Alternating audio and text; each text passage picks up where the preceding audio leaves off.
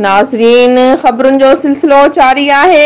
अदालत अरबें रुपया money laundering करण वारे केस में आसिफ ज़रदारी जे वेझे साथी पाकिस्तान स्टॉक एक्सचेंज जे चेयरमैन हुसैन लवाई खे 11 जुलाई ताईं जी जिस्मानी रिमांड ते FIA जे हवाले करे छॾियो आहे। नाज़रीन, तव्हां सां अहम ख़बर शेयर पिया कयूं त पाकिस्तान स्टॉक एक्सचेंज जे चेयरमैन ऐं आसिफ ज़रदारी जे वेझे दोस्त हुसैन लवाई खे गुज़िरियल ॾींहुं FIA गिरफ़्तार कयो हो। खेस FIA जे जुडिशनल मैजिस्ट्रेट कराची ॾखण जी अदालत में पेश कयो वियो। FIA पारां अदालत खे अपील कई वई त जवाबदार ते मनी लॉन्ड्रिंग जो इल्ज़ाम आहे, जंहिं जी जांच जारी आहे।